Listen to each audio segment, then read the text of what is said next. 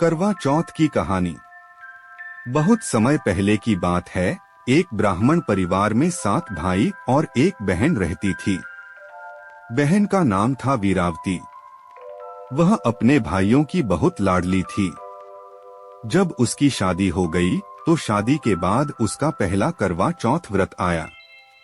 वीरावती ने पूरे दिन बिना कुछ खाए पिए व्रत रखा और शाम को चंद्रमा निकलने की प्रतीक्षा करने लगी।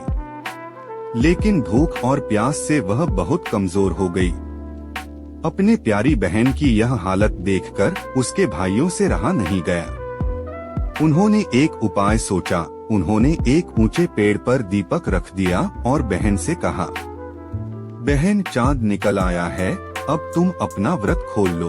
वीरावती ने भाइयों की बात पर विश्वास कर लिया और चांद समझकर व्रत खोल लिया। लेकिन जैसे ही उसने भोजन किया, तुरंत ही उसका पति बेहोश होकर गिर पड़ा।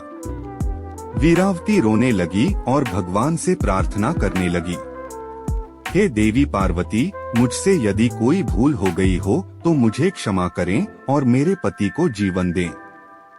माँ पार्वती उसके सामने प्रकट हुई और बोली, वीरावती, तुम्हारे भाइयों ने झूठा चांद दिखाकर तुम्हारा व्रत तुड़वाया है। तुम्हारे पति को जीवन तभी मिलेगा जब तुम पूरे वर्ष करवा चौथ का व्रत श्रद्धा और सच्चे मन से रखोगी। वीरावती ने माँ पार्वती के बताए अनुसार पूरे वर्ष निष्ठा से व्रत किया। अगले साल जब उसने फिर से करवा चौथ का व्रत रखा तो माँ पार्वती प्रसन्न हुई और उसके पति को पुनः जीवन प्रदान किया। तब से यह व्रत सौभाग्य और अखंड सुहाग की कामना के लिए किया जाने लगा।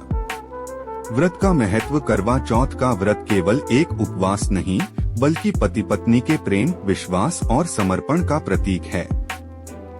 स्त्रियां इस दिन पूरे दिन निर्जला व्रत रखती हैं और चांद देखकर अपने पति की दीर्घायु की कामना करती हैं।